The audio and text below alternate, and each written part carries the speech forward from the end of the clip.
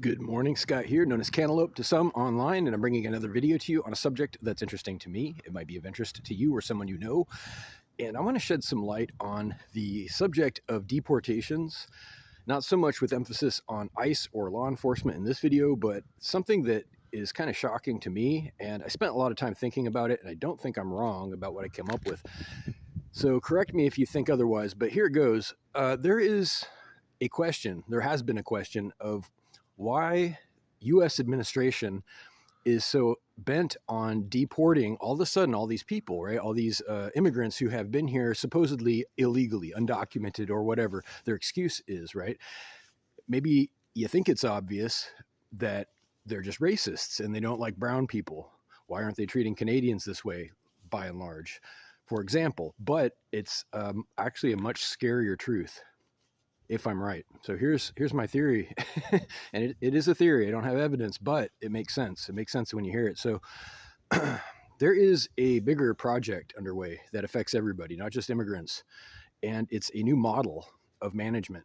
It is tightly intertwined with new technology such as artificial intelligence. It is intertwined with the need at the bottom of it all to identify individuals so that you can keep a record of them, to accurately manage them in a database and have some kind of automation, some kind of system to monitor their conversation online, that kind of thing.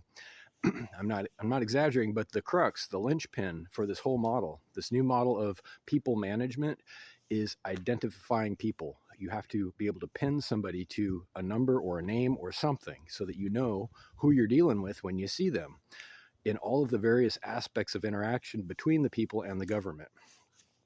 And so obviously there's a big problem when you have undocumented immigrants. They're not on a database. They don't have an ID necessarily. So this is a fatal flaw in the plan.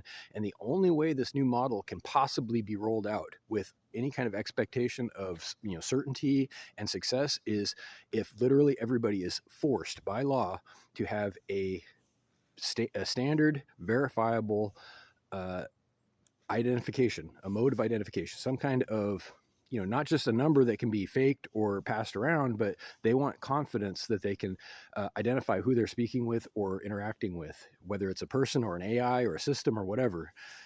Again, this is a new model, and you see evidence of this everywhere. You see evidence where the ability to share information online has been changed fundamentally. It's being changed as you use the internet right now. There are, you see websites disappearing. You see new protocols emerging. You see everything that's pointing to one thing in particular, and that is routed traffic through access points where people can, use those pinch points to control the flow of information so that they can not just monitor it, but control the people who are communicating. This new model is not, it is not something apparently that came out lightly. It is not something that is just shooting from the hip. A lot of research, a lot of psychology, a lot of analysis of human behavior and technology has gone into this, apparently, from what I'm seeing.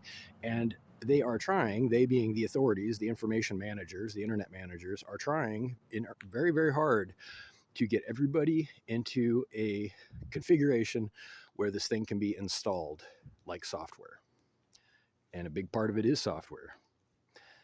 But again, and last thing I'll say is there are requirements for this, such as the ability to accurately identify individuals that you're dealing with.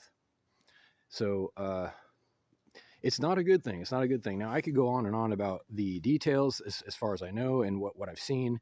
There is an RFC, if you're familiar with white papers and technical specification papers, where there's literally one on the internet. You can look it up. I don't recall the number off the top of my head, but there is one that amounts to a new internet protocol.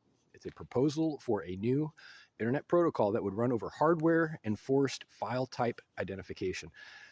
How does this connect with the subject of this video? It's part of the same model I'm talking about. Hardware level file type identification. In other words, before you send anything, an email, a file, text, whatever, over the internet from your computer or your device to anything else, literally anything else, it will have to be analyzed by the software. This protocol is the proposal classified as a certain type, whether it's a binary executable, such as a program that can be run, or if it's a PDF or a media file, such as music or video, or just plain text, it will be classified. It will have a degree of certainty attached to it with a classification, and it will be enforced at the network level. It will not pass unless it has a green light at every single point on the internet if this protocol is rolled out. So this is just one example of evidence towards what I'm saying. This is a real thing. You can look it up. There's a new model. They're trying very, very hard to roll it out. It's about security, it's about control, and it's about eliminating your choice, eliminating the options and the freedom of the people. And that's why I don't agree with it.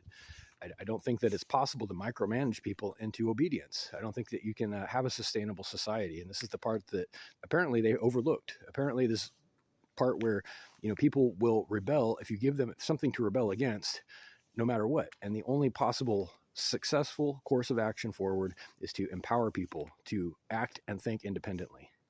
This is the opposite of what they're doing. They want you to follow directions. They want to know who you are and what you're doing. And they're going to create rules that they expect you to follow. But before all that gets rolled out, they need to know who you are.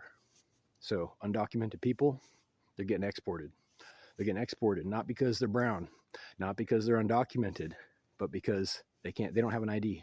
They break the system. They break the new system that they're trying to install. That's why. And that's real scary if you ask me. Reach out if you like with questions or comments to whitehotrobot@gmail.com.